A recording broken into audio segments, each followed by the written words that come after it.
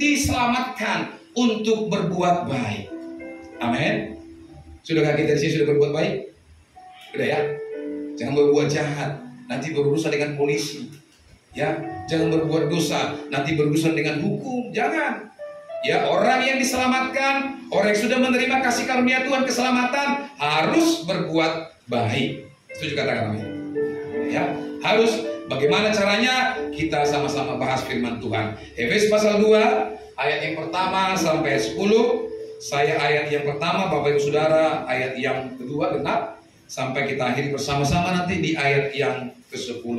Perikopnya adalah semuanya adalah kasih karunia. Katakan sama-sama, semuanya adalah kasih karunia. Ayat pertama saya, kamu dahulu sudah mati karena pelanggaran-pelanggaran dan dosa-dosa. Ayat 2, kamu hidup di dalamnya, karena kamu mengikuti jalan dunia ini, karena kamu mentaati penguasa kerajaan angkasa, yaitu roh yang sekarang sedang bekerja di antara orang-orang durhaka. Ayat 3, sebenarnya dahulu kami juga terhitung di antara mereka ketika kami hidup di dalam hawa nafsu daging dan menuruti kehendak daging dan pikiran kami yang jahat. Pada dasarnya kamilah, sayalah, saudaralah adalah orang-orang yang harus dimurkai sama seperti mereka yang lain. Tetapi Allah yang kaya dengan rahmat, oleh karena kasih-Nya yang besar yang dilimpahkannya kepada kita, telah menghidupkan kita bersama-sama dengan Kristus, sekalipun kita telah mati oleh kesalahan-kesalahan kita. Oleh kasih karunia kamu diselamatkan. dan di dalam Kristus Yesus Ia telah membangkitkan kita juga dan memberikan tempat bersama-sama dengan Dia di surga, Supaya pada masa yang akan datang Ia menunjukkan kepada kita kekayaan kasih karunia-Nya yang melimpah-limpah sesuai dengan kebaikan-Nya terhadap kita dalam Kristus Yesus. sebab karena kasih karunia kamu diselamatkan oleh iman. Itu bukan hasil usahamu, tetapi pemberian Allah. Itu bukan hasil pekerjaanmu. Jangan ada orang yang memegahkan diri bersama-sama, karena kita ini buatan Allah, diciptakan dalam Kristus Yesus untuk melakukan pekerjaan baik yang dipersiapkan Allah sebelumnya. Ia mau supaya kita hidup di dalamnya. Tepuk tangan untuk Tuhan. Amin, saudara. Ini pernyataan Paulus kepada jemaat di Efesus, bahwa kita mengenal Allah, bahwa kita diselamatkan itu hanyalah oleh karena kasih karunia. Nah, slide berikutnya berkata, di tengah-tengah banyaknya, saudaraku, keyakinan dan ajaran bahwa untuk diselamatkan seseorang harus berbuat amal, tetapi kekristenan berbicara lain dan menawarkan bahwa keselamatan itu hanyalah karena anugerah. Katakan anugerah. Makanya 4 pilar kekristenan, dan yang pertama adalah berbicara tentang apa? Sola gratia. Ya, dalam bahasa Latin sola gratia berkata hanya karena kasih karunia. Ya, dari 4 pilar lah tadi, saudara. Nah, kita diselamatkan bukan karena amal baik, bukan karena kebaikan kita, bukan karena kehebatan kita, jabatan kita, pemberian kita, tetapi kita diselamatkan oleh Tuhan. Itu semata-mata karena kasih anugerah Tuhan. Nah, saudara punya kisah Tuhan. Tadi Ketua BPP Sinode GB Pak Pendeta Dr. Ruben Abraham, kita sudah lihat presentasi anak-anak Tuhan dari pemuda. Ya, dari pemuda 30% up, saudara, mereka Kristen tetapi tidak suka beribadah. 30% ke atas mereka Kristen tetapi tidak suka firman Tuhan. Ini menjadi masalah gereja, menjadi masalah kita, menjadi tanggung jawab saya dan saudara sebagai anak-anak Tuhan. Kenapa? Karena dasar kekristenan yang mereka miliki itu, saudaraku, lemah. Ya, tidak ada pengajaran di dalamnya, tidak ada pengenalan di dalamnya. Sehingga ketika mereka dihadapkan dengan pengajaran di dunia ini yang menyatakan seseorang diselamatkan harus berbuat amal, mereka banyak yang pergi ke sana. Amin. Tetapi kekristenan, Yesus mengajarkan bahwa kita diselamatkan hanya karena kasih karunia, karena beriman kepada Kristus, ya, bahkan juga kehidupan kekal lewat iman kepada Kristus itu bisa kita dapatkan. Amin. Iman Ibrani 11 ayat 1 katakan apa?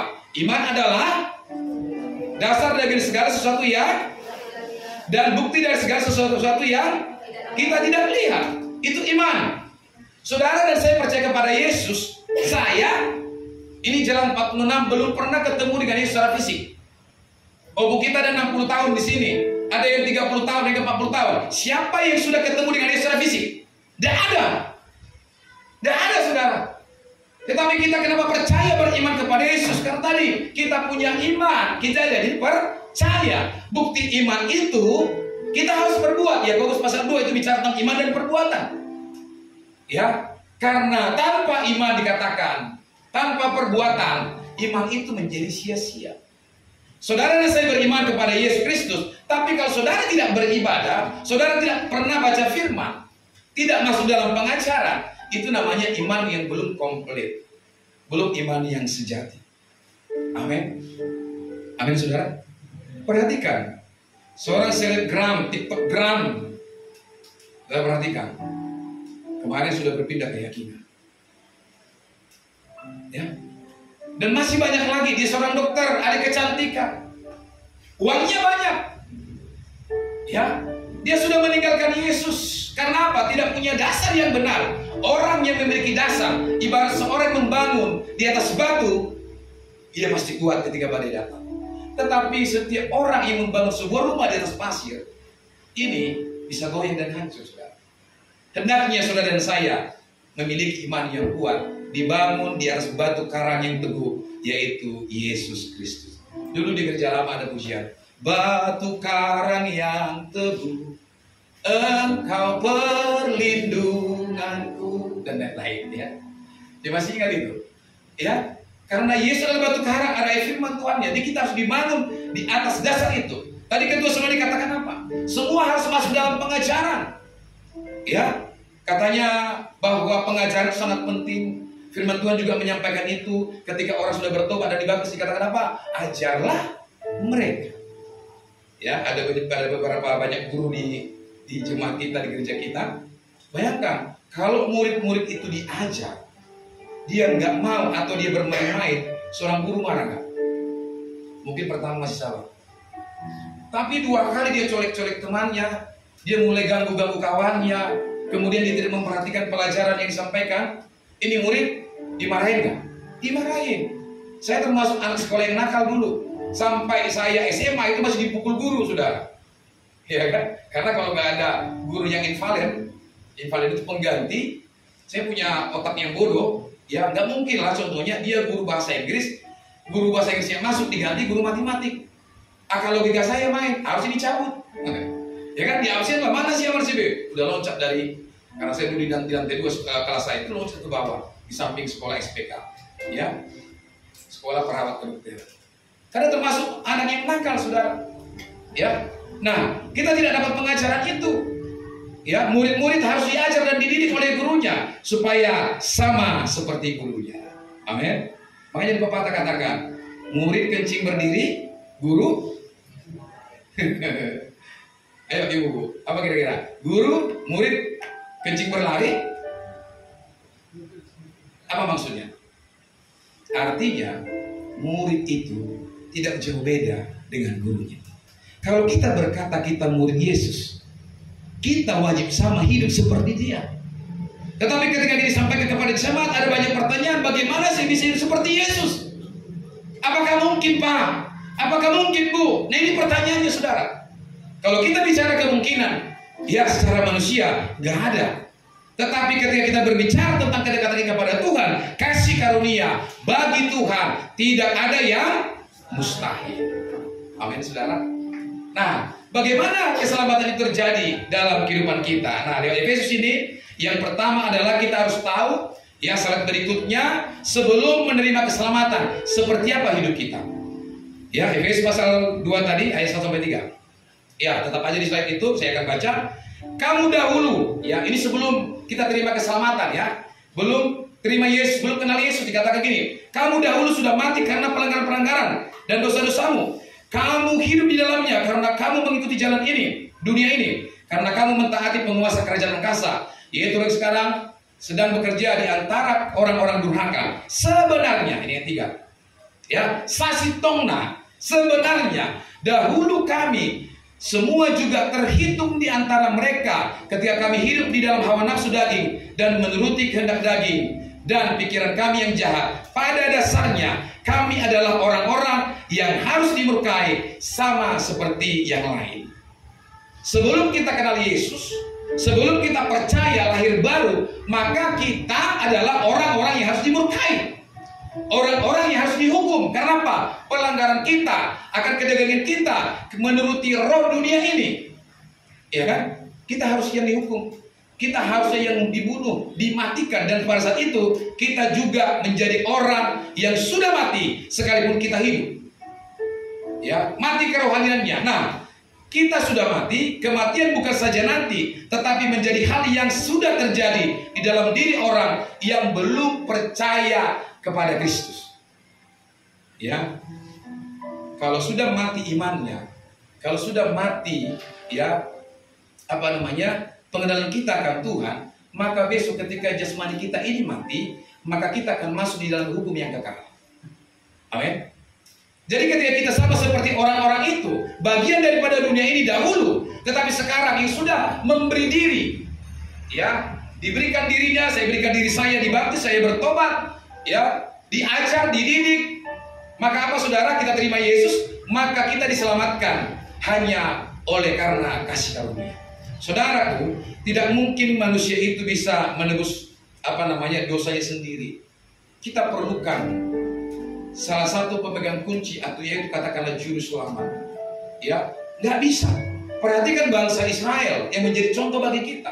Sekalipun mereka membawa korban-korban bakaran yang begitu mahal, membawa emas murni kemenyan kepada bait Allah, tetapi perhatikan, mereka tetap tidak diselamatkan, saudara. Ya, begitu mahalnya keselamatan. Artinya, tanpa salah satu seorang penolong, tanpa juru selamat, kita nggak bisa diselamatkan. Amin. Jadi kita dulu sudah mati sebenarnya. Kalau saudara hari ini ada di tempat ini, kita semuanya, kita ini sudah mendapat hidup yang baru. The new life in Christ. Ya, punya hidup yang baru, yang tugas kita adalah untuk menghadirkan kerajaan Allah di muka bumi ini. Untuk menyatakan keselamatan, menjangkau banyak jiwa, untuk kita bawa kepada Tuhan. Amin. Ya, itu tugas kita. Karena kita sudah memiliki hidup yang baru di dalam Tuhan. Nah, dalam kondisi itu, saudaraku, cara hidup kita mengikuti jalan dunia ini. Jalan yang membawa kita pada keadaan yang semakin gelap. Itu jalan dunia. Pertanyaannya, gimana kita tinggal di dunia, tidak mengikuti dunia? Nah, kita harus melawan arus dari dunia. Amin. Kita orang Kristen yang sudah terima Yesus sebagai satu-satunya Tuhan dan Juru Selamat, sekalipun kita tinggal di dunia, harus melawan arus dunia. Dunia bukanlah earth di sini, tapi dunia di sini dalam bahasa Indonesia disebut apa? Kosmos. Berbicara tentang sistem yang dibangun oleh kerajaan dunia ini, di mana dulu, ya, sebelum Yesus hadir di dunia ini, penguasa tertua di dunia itu iblis, saudara. Amin. Jauh sebelum Adam dan Hawa diciptakan dalam Kejadian pasal 1, di hari yang ke-6, saudara, iblis ribuan tahun yang lalu sudah ada di dunia ini. Ketika dia memberontak kepada Yang Maha Tinggi, dikatakan Yesaya, dia diusir. Sepertiga malaikat itu dia bawa ke bumi. Makanya ada kita bilang iblis, setan, hantu. Orang Batak banyak hantunya. Begu Watuk, Begu Nur-Nur, Begu Gajah, Begu Ketek, Bego apa lagi? Banyak kan? Karena apa? Dia penguasa kegelapan. Sebelum kita dilahirkan, sebelum kita diciptakan, dia sudah ada. Makanya kalau ada orang kesurupan, jangan heran. Kalau opung-opungmu dia kenal. Jangan hanya opungnya saya, opungnya opung-opungku. Adam pun dia kenal. Ketika bertemu dia apa? Di Taman Eden. Dia kenal. Nggak usah nomor. Nggak usah nomor tanya. Dia tahu tentang masa lalu. Tetapi satu hal yang iblis tidak tahu. Masa depanmu, masa depanku, iblis tidak tahu. Hanya ada di dalam tangan Yesus. Amin. Jadi makanya selalu saya katakan, jangan ingat-ingat masa lalu. Amin. Coba colek kiri kanan, jangan ingat masa lalu. Biarlah itu pelajaran bagi kita, saudara. Ya, ya. Saya juga tadi saya bicara dengan Pak Donald di sana bagaimana kemiskinan saya di kampung. bagaimana saya berontak dengan orang tua saya, bagaimana sebenarnya Pak Donald, dan ini sudah lama itu saya kubur dalam-dalam. Kalau bukan karena opungnya mamanya mama saya, bapak saya itu kan mati di tangan saya. Saya jahat dulu saudara, tapi ini lama saya kubur, ini baru saya sampaikan. Ya, tapi saya kubur, saya mau itu nanti akan bawa. Jadi jangan ingat yang lama-lama. Kita lihat hari ini kasih karunia Tuhan bagi saya dan saudara. Itu yang perlu kita ingat, betapa baiknya Tuhan. Maka saudaraku, maka saya ini 1 minggu ini panggul saya ini gak enak. Benar. Saya habis minum kopi, latte kemarin di Budi bersama teman-teman. Malamnya biasanya saya minum gak masalah. Saya terbangun dan bisa tidak tidur sampai subuh. Saya bilang sama Tuhan, Tuhan kenapa ini? Apakah ada serangan? Saya langsung ngomong sama Tuhan. Saya nggak tahu, kok nggak enak pinggul saya ini gitu ya, tidur harus dan lain sebagainya. Tetapi Tuhan ajar diri saya untuk mengalahkan kedagingan ini. Bahwa sekalipun keadaan saya yang gak enak, saya harus bisa tetap berdoa di hadapan Tuhan, ngomong dengan Dia, bahkan juga bisa melayani. Amin saudara. Ya, karena apa? Itulah usaha kita. Makanya dikatakan berusahalah untuk mengejar panggilan itu, mengejar kekudusan, berusahalah. Ya, saya kemarin telepon seorang ibu jemaat kita. Kenapa nggak gereja? Apa kabar? Sehat kah? Sehat. Ya. Kemudian, mohon maaf, di alam roh saya lihat agak gimana ya? Ibu ini kok wajahnya itu hitam banget, ya. Dan saya lihat ada sesuatu yang tidak beres. Saya tanya Tuhan nggak jawab, tapi saya coba menelaah. Kemarin di mobil saya tanya sama istri, Ibu Sia gimana? Oh betul, ada konfirmasi lewat istri. Ada hal yang tidak benar. Saya bilang, tolong siapkan waktu untuk bicara dengan mereka dan melayani mereka kalau mereka mau. Ada pelanggaran firman yang harus kita Bapak Ibu bawa dia ke hadapan Tuhan supaya kasih karunia Tuhan yang kita terima juga Bapak Ibu diterima. Amin saudara. Saya lihat dan saya ngomong sama saya Grace, nah suatu saat kalau udah kamu miskin, jangan semuanya miskin. Udah miskin pangalamu, miskin harta, miskin pakaian, miskin pikiran, semua miskin, jangan. Kalau kita miskin, saudaraku, di harta, jangan miskin di pemberian, jangan miskin dikasih karunia, jangan miskin di sukacita, jangan miskin di apa lagi? Di akhlak, karakter, jangan. Amin, saudara. Boleh saja saudara saya miskin, boleh. Miskin itu nggak dosa, Bapak Ibu. Nggak. Ya. Tapi bagaimana kita mengerti kehendak Tuhan atas hidup kita, atas kemiskinan itu, apa rencana Tuhan, dan kita boleh bangkit di dalamnya. Kita yang masih berkekurangan hari ini jangan down. Apa yang aku ngomong di rapat itu? Seorang papain aku. Ngapain lagu gereja kami ikut bantu? Gereja kami pendapatannya, saldonya nggak cukup. Ini mau Paskah, mau Natal 2025, besar kali itu. Seorang hamba bilang, jangan lihat itu. Ya, berdoa saja, beriman saja, pasti akan Tuhan cukupkan. Amin. Tuhan punya 1001 cara menolong saudara dan saya, menolong gereja ini, menolong gereja manapun, setika dan selama dia meninggikan Tuhan, pasti akan Tuhan tolong. Amin. Saya nggak mungkin jadi hamba Tuhan kalau Tuhan bermalukan. Enggak. Sampai hari ini kita Tuhan tolong. Saya pun ditolong oleh Tuhan, selalu dibela oleh Tuhan. Ada aja cara Tuhan. Amin Bapak Ibu. Karena apa? Kita hidup dalam kasih karunia Tuhan. Nah, kita ada dalam kondisi terikat kuasa kegelapan. Nah ini tadi saya bilang tadi ibu ini. Sebelum Kristus melepaskan, kita selalu menurut apa yang iblis perintahkan. Makanya walaupun ada sudah WhatsApp, sudah dicapri, sudah ditelepon, gak juga datang ibadah. Ini sudah jawabannya, jangan-jangan dia terikat kuasa kegelapan. Apalagi terlalu banyak alasan untuk beribadah. Hati-hati Bapak Ibu. Saya bukan spesialis pelepasan. Itu bukan karunia saya. Ya. Tetapi tugas kita sebagai hamba Tuhan membawa mereka kepada terang Tuhan supaya kondisi keterikatan ini tidak menguasai mereka. Mereka bisa bangkit, survive, saudara. Amin. Saya kan bangga kalau Bapak Ibu semua datang ke gereja untuk bertambah jemaat kita. Satu Alfa, ya, satu di situ nanti ada BMW, ada Toyota Hybrid, ada HRV.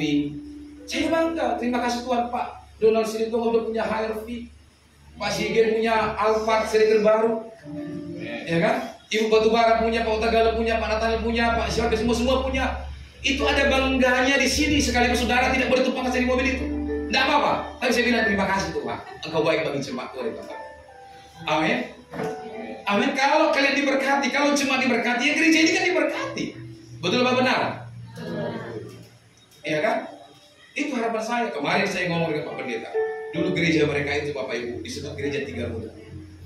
Saya termasuk orang lama di Dubai. Sudah lama sudah di Dubai. Dan saya tahu. Kenapa disebut gereja 3 roda? Karena memang jemaat di situ adalah tukang beca. Tukang beca sudah. Tetapi tukang-tukang beca ini sekarang kan beca udah mulai habis ya karena sudah ada Maxim, ada Grab dan sebagainya. Tapi setiap minggu ibu-ibu ini, bapak-bapak ini, dia bawa anaknya di beca ruak, belum ada bentor kayak di Siantar, dia pakai apa namanya? Beca dayung, saudara. Rame. Waktu saya di situ dulu, rame kali, tapi semuanya betul, memang gereja 3 roda. Tetapi dia bilang sama saya, tahu Amang, hari ini di depan gereja Amang boleh lihat semuanya roda 4. Amin. Karena orang yang setia beribadah kepada Tuhan. Amin Bapak Ibu. Nah saya kenal mereka beberapa orang sudah punya mobil. Ada Pak Hidayah, ada Pak Bangun, ada Pak ini saya kenal. Saya bilang luar biasa Tuhan menolong. Karena apa? Mereka setia beribadah dan melayani Tuhan. Tuhan tidak akan biarkan kita Bapak Ibu. Amin. Kalau kita hidup dalam ikatan kasih karunia, bukan lagi ikatan kegelapan. Amin. Nah, dikatakan di sini kita juga hidup dalam hawa nafsu daging. Keinginan kita selalu menentang keinginan roh. Apa itu keinginan daging? Baca Galatia 5 ya saudara. Jelas. Hawa nafsu, percidaian, apalagi pertengkaran, ya, iri hati, kebencian, dan lain sebagainya. Nah, itu semuanya tidak atau bertentangan sekali dengan keinginan roh. Keinginan roh kita tahu sukacita, damai sejahtera, kasih, apalagi penguasaan diri, kelemah lembutan, kesabaran, apalagi kerendahan hati. Dikatakan Paulus tidak ada hukum yang melawan itu. Amin. Jadi kalau kita Bapak Ibu setiap hari tadi Warta katakan setiap jemaat, setiap keluarga dan bawalah pujian penyembahan di rumah masing-masing. Tujuannya apa? Supaya kita bisa ngerti, kenal Roh Kudus. Kalau sudah melekat firman itu, sang firman yang adalah hikmat itu, saudaraku, kemanapun kita diarahkan Roh Kudus melayani Tuhan, tidak ada kata-kata, oh saya belum siap Amang. Ya, yang lain dulu saya beginilah, begonolah begini, nggak ada. Karena apa? Roh Kudus yang bekerja, keinginan Roh yang bekerja. Kalau keinginan kita yang Tuhan lihat, mohon maaf, saya tidak akan dipakai Tuhan. Karena saya terlalu jelek di mata Tuhan. Masih ada banyak laki-laki lebih ganteng dari saya. Kalau itu yang dilihat, amin. Masih lebih ganteng itu siapa namanya? Ariel Noah. Betul ya? Masih lebih ganteng itu Pak Pendeta Donald Kumayas. Lalu Pak Donald, ya kan? Dia olahraga masih lebih ganteng. Tapi Tuhan melihat apa? Keinginan Roh yang bekerja di antara kita untuk melaksanakan kebenaran firman Tuhan. Amin. Jadi sebelum kita kenal juru selamat, harusnya kita yang dibinasakan, kita yang dihukum. Dari firman Tuhan ini yang kedua, saudaraku, kita belajar tentang dasar keselamatan. Ayat 8 dan 9. Nah, apa dasar keselamatan kita? Dikatakan sebab kasih karunia kamu diselamatkan oleh iman.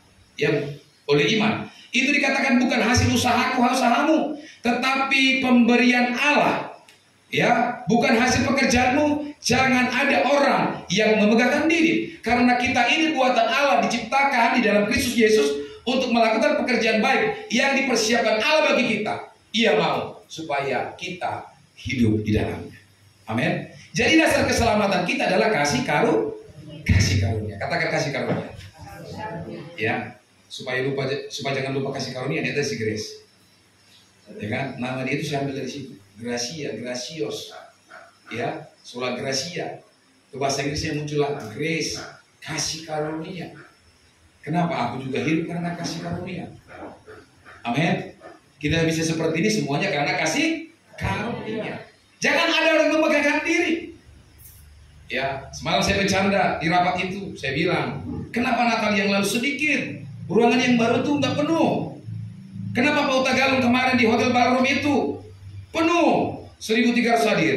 Saya bilang, siapa WL-nya? Kayak gitu. Saya bilang, Pak, jangan sombong Pak. Langsung gitu. Oh, iya mohon maaf. Saya bukan sombong. Saya hanya bercanda. Saya suka bercanda, saudara. Ya, tapi bercandanya bukan yang parah-parah, ya, seperti yang lain-lain. Bercandanya yang normal-normal saja. Artinya apa? Kita tidak boleh memegahkan diri dengan apa yang Tuhan berikan kepada kita, termasuk jabatan, termasuk pangkat, termasuk harta. Saudara tahu, pembuat Titanic, sebelum saudaraku berlayar, dia bilang begini di salah satu surat kabar di tahun 18 sekian di Amerika. Tuhan pun gak bisa tenggelamkan ini. Ngeri, Tuhan pun. Saudara tahu, baru 1 hari 1 malam, 2 hari 2 malam, kapal ini nabrak gunung es. Apa yang terjadi? 2.000 lebih penumpang mati. Ya, kapal yang megah ini, kapal pesisir yang megah ini, itu karam. Ada lagunya, karamnya cinta ini tenggelamkanku di luka yang. Oh, semua suka lagu rohani ya. Ayo saudara, ya karam. Karena apa? Ada kesombongan dari pembuat pemiliknya. Tuhan pun gak sanggup hancurin. Ya, ini yang membuat. Jadi jangan ada di antara kita yang memegahkan diri. Apapun berkat yang kita terima, apapun anugerah yang kita terima, biarlah semuanya itu kita berasal, saudaraku, kita katakan pemberian dari Allah. Amin. Nah, dasar keselamatan tadi saya katakan adalah kasih karunia. Meskipun sepertinya menekankan tanggung jawab manusia, keselamatan melalui usaha dan perbuatan. Usaha dan perbuatan ya tidak menghasilkan apapun. Amin. Makanya di iman kita, Yohanes 14 ayat 6 ya, bahwa hanya satu jalan. Ya, hanya satu jalan. Ya, Isa fa'a innahu ruhullah wa kalimatullah. Hanya dia kalimat Allah. Ya, hanya dia yang memberikan hidayah bagi saudara dan saya. Amalmu, amalku, perbuatanmu, perbuatanku tidak bisa menyelamatkan siapapun. Amin. Artinya harus ada juru selamat. Saya katakan buat kita semua, termasuk buat aku. Guru boleh banyak, Tuhan boleh banyak, agama boleh banyak, tapi perhatikan, di dunia ini hanya satu juru selamat. Jadi saudara harus bangga memiliki Yesus, karena dia yang selamatkan kita, dia yang pulihkan kita. Next slide, Yesaya 64 ayat 6. Ada ayatnya? Coba buka Yesaya 64 ayat 6.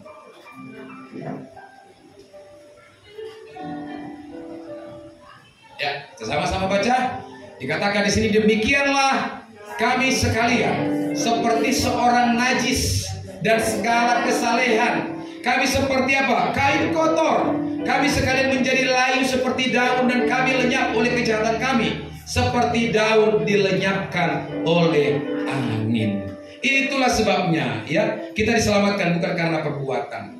Ya, Yesaya 64 ayat 6 ini menyebutkan bahwa kesalehan manusia di hadapan Tuhan itu seperti kain kotor.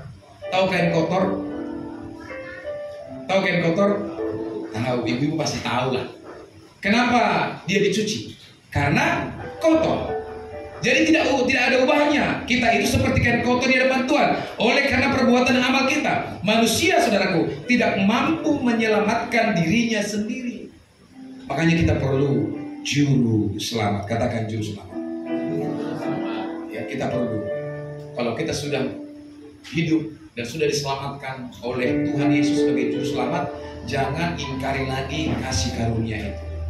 Jangan ingkari lagi. Kegagalan perjanjian lama itu banyak. Karena apa? Di dalam perjanjian lama manusia ditekankan untuk mencari Allah. Ibrani katakan perjanjian lama itu menjadi gagal karena manusia mencari Allah. Amin. Nah, perjanjian baru beda lagi. Perbedaannya adalah Allah yang datang mencari manusia. Allah yang datang mencari saudara dan saya. Maka dikatakan ada perjanjian yang baru, bahwa aku datang menyelamatkan mereka. Amin. Tidak ada lagi korban-korban bakaran. Tidak ada lagi meja ukupan. Tidak ada lagi saudaraku puasa. Tidak ada lagi kita sudah mengikuti hukum Taurat dan lain sebagainya. Karena semuanya itu adalah bayang-bayang dari apa yang akan datang, yaitu Mesias. Amin. Tidak ada lagi sunat. Sunat lahiriah nggak ada lagi.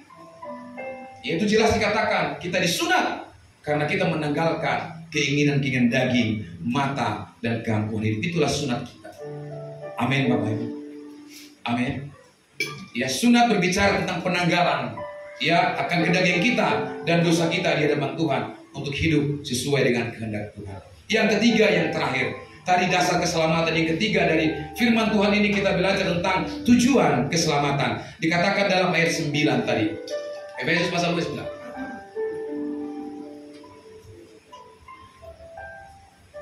Ayat 9 ya. Efesus pasal 2 ayat 9. Iya, dikatakan Efesus. Itu masih saya.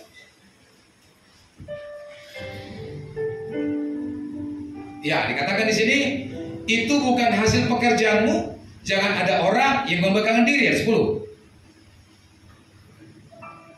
Nah, karena kita ini buatan Allah, diciptakan dalam Kristus Yesus untuk apa? Melakukan pekerjaan baik yang dipersiapkan Allah sebelumnya. Ia mau supaya kita hidup di dalamnya. Jadi tujuan keselamatan adalah kalau kita sudah diselamatkan oleh Tuhan, maka ayat 10 berbicara kita harus melakukan perbuatan baik, ya, perbuatan kebenaran kepada setiap manusia yang berdosa, bahkan yang sudah diselamatkan. Jadi tugas saya ketika kita sudah diselamatkan dengan tujuan tadi, dengan tujuan Allah datang ke dunia ini menyelamatkan kita, maka kita punya tugas. Ia mau supaya kita hidup di dalamnya untuk melaksanakan perbuatan baik. Amin. Saya berharap saudaraku sebagai gembala di tempat ini, dalam kehidupan kita berorganisasi, dalam kehidupan kita bermasyarakat di tengah-tengah katakanlah masyarakat yang dinamikanya luar biasa, yang mungkin sangat heterogen, yang mungkin sangat plural, saudara harus bisa berbuat baik sebagai anak-anak Tuhan. Amin. Terlibat dalam kegiatan-kegiatan yang baik. Dalam hal apa lagi? Dalam menolong. Kalau di tetangga kita ada yang kurang mampu, kalau di tetangga kita ada anak yang gak bisa sekolah, ada yang gak punya baju, buatlah hal yang baik. Ya kan orang Batak kasih senang. Eda, kenapa Eda? Kenapa anakmu gak pakai baju? Itulah Eda, dan ngadong hepeng. Wah, aku punya anak yang seumuran dengan anak Eda ini, gak dipakai lagi. Mau Eda buat si Beda itu oma. Tuhan pun senang kepada kita. Amin. Itu bukti yang Tuhan menyelamatkan kita. Kita berbuat baik. Apalagi saudara, banyak hal yang bisa kita lakukan dalam hidup kita. Jadi tujuan keselamatannya adalah setiap manusia berdosa yang diselamatkan, diperintahkan kemudian untuk mengerjakan perbuatan baik. Siapa yang perintahkan? Yesus. Siapa yang perintahkan? Rasul Paulus melalui jemaat di Efesus. Nah, yang terakhir, keselamatan karena anugerah sama sekali bukan lisensi. Atau lisensi, izin, permit untuk bebas berbuat dosa. Saya di suatu acara debat pernah ditanya ini saudara. Saya ada di Rumik. Apakah orang Kristen ini, dia bilang, karena kita terima keselamatan karena kasih karunia, apakah kesini bisa suka-sukanya lakukan dosa? Ya tidak bisa. Tidak ada ayat berkata kalau kita diselamatkan karena kasih karunia Allah, maka orang Kristen bisa suka-sukanya buat dosa, bunuh orang, berzina, mencuri. Nah, gak ada ayatnya saudara. Justru karena kita diselamatkan oleh karena anugerah, maka kita adalah orang yang sangat malang dan orang yang sangat berdosa kalau kita mengulang-ulang itu dosa itu terus. Amin. Jadi konsepnya salah dengan pikiran mereka. Bukan. Keselamatan bagi kita adalah justru lewat keselamatan itu kita harus semakin taat, semakin rindu, semakin mengerjakan keselamatan itu sampai kedatangan Dia untuk yang kedua kalinya. Katakan amin. Nah, contoh perbuatan baik yang saya katakan, ya ini secara firman Tuhan. Yang pertama adalah rindu mengenal Tuhan, ya melalui saat teduh dan belajar firman-Nya. Siapa di sini setiap pagi bersaat teduh? Siapa yang bangun pagi langsung handphone? Nggak ada juga. Siapa yang bangun pagi langsung cek anaknya? Di mana anakku? Di mana? Di mana ya? Ya, di mana suamiku? Ya, kalau orang Kristen kan kalau udah menikah kan orang bukan ada orang Batak gitu. Kalau udah menikah, dulu ketika belum ada anak masih suaminya dan istrinya. Udah menikah ada anak, gak perlu lagi suami. Jangan ada ibu seperti di sini. Amin. Kenapa? Suatu saat anak-anak itu akan tinggalkan saudara dan saya. Betul apa betul? Akan ditinggalkan. Yang tinggal kita berdua, suami dan istri. Ya, itu pasangan. Amin. Jangan ketika sudah punya anak. Emang bisa ibu-ibu punya anak kalau nggak ada suaminya? Bisa. Bisa kecuali Maria ibu Yesus. Ya kan? Selain itu nggak bisa, saudara. Amin. Atau sebaliknya, kalau sudah menikah anak-anak ada istri nggak perlu jangan. Harus bersama-sama saling mengasihi. Ya, jadi rindu mengenal Tuhan melalui saat teduh, belajar firman. Yuk kita belajar Bapak Ibu. Saya rindu di FA itu sebenarnya ada pertanyaan-pertanyaan dari jemaat. Saking kita suka bertanya, kita akan semakin banyak tahu. Iya kan? Jadi sebenarnya di FA atau KUL atau di tempat lain apa kayak namanya ya? Ya harus ada dua arah gitu. Nggak boleh monolog. Ya nanti siapa pembicara di FA, kalau materi disampaikan, ya mintalah hikmat Tuhan. Bagaimana supaya enak disajikan? Ya kan? Jangan dibaca. Kemarin kami meeting MSD, Morning City Talk Meeting, dikasih materi tentang walking and hike. Itu dibaca kayak baca koran. Ditanya satu orang, ada yang ngerti? Ya nggak ada orang bacanya seperti itu. Coba disajikan enak gitu. Walking and hike itu apa? Apa bahayanya? Hajat yang dilanggar apa? Azabnya apa? Kalau nggak dipakai full body harness gimana? Harus berapa layer? Ya seperti itu kan harus. Perlu nggak lisensi di sini? Baru ini ngerti. Itu safety loh. Ini kamu dari mana kamu dapat safety itu gitu? Nggak tahu Pak, ada yang bilang. Jelasin bagus-bagus supaya dimengerti. Amin. Nah di Eva juga seperti itu, harus dialog ya supaya kita sama-sama mengerti. Amin. Nah kedua, contoh perbuatan baik adalah memberi diri melayani Tuhan melalui talenta panggilan masing-masing. Kita punya masing talenta. Dulu di gereja lain saya juga sudah uji karunia. Sebenarnya ada formnya itu. Tapi mungkin sementara ini nggak usah dulu. Teman-teman kan tahu. Oh, aku ini di gereja di bidang mana? Kan tahu itu kan? Ya jangan dikubur itu. Kalau ada misalnya gitu, oh aku ini bisanya hanya nyanyi. Enak apa? Ya kemarin kita di tahun ini kebetulan saya sekretarisnya rencana ini plan kita ingin menghadirkan Mikael Panjaitan. Siapa yang kenal Mikael Panjaitan? Kuasamu terlebih besar. Itu yang nyitir tuh ya. Ini sekabut sama saya. Padahal ketika ditelepon ini masih bulan 1 kemarin, jadwalnya sudah full di bulan 12. Ya kan? Sudah full. Ya. Nah, dia dulu saudaraku kalau nyanyi sampai SMA itu kan SMA Negeri Tarutmu di Tangsi itu selalu fals. Selalu fals, setiap nyanyi selalu fals. Dan orang-orang di sekitarnya nggak suka, kok bisa fals kau? Malah bapaknya pendeta kan? Selalu fals nyanyi. Tapi ketika dia memberi diri, belajar dan urapan Roh Kudus turun kepadanya, maka apa? Sekarang pastikan di semua negara, di semua kota di Indonesia sudah hampir dia jalani hanya untuk memuji Tuhan. Doakanlah supaya bisa dia hadir di Natal 2025 KRUGB. Kita sudah booking dia. Kalau nggak bisa nego lewat ketua, nanti saya akan nego lewat teman-teman di Tarutmu supaya bisa datang. Ya, jadi bayangkan suara yang fals, yang tadinya Pak aku nggak bisa nyanyi, fals suaraku. Tapi Tuhan ubahkan dia. Dia mau, sekarang dia terkenal. Sekarang dia kalau nggak salah grupnya NDC Worship. Ya, di bawah pemgembalaan Pak Pendeta Josia Abdi Saputra. Gini juga. Ya kan? Kuasa-Mu terlebih besar, Tuhanku terlebih besar. Tak pernah terlambat janji-Mu ya Tuhan, menolong hidupku. Nanti di rumah nyanyikan waktu kita gak cukup. Dan itu banyak memberkati orang dan mengubahkan orang, menyibukkan orang. Yang ketiga, yang terakhir, membangun karakter yang makin seperti Kristus. Memang gak ada yang seperti Kristus, hanya Dia. Sampai kapanpun Bapak Ibu kita gak bisa mencontoh Yesus 100%, gak bisa.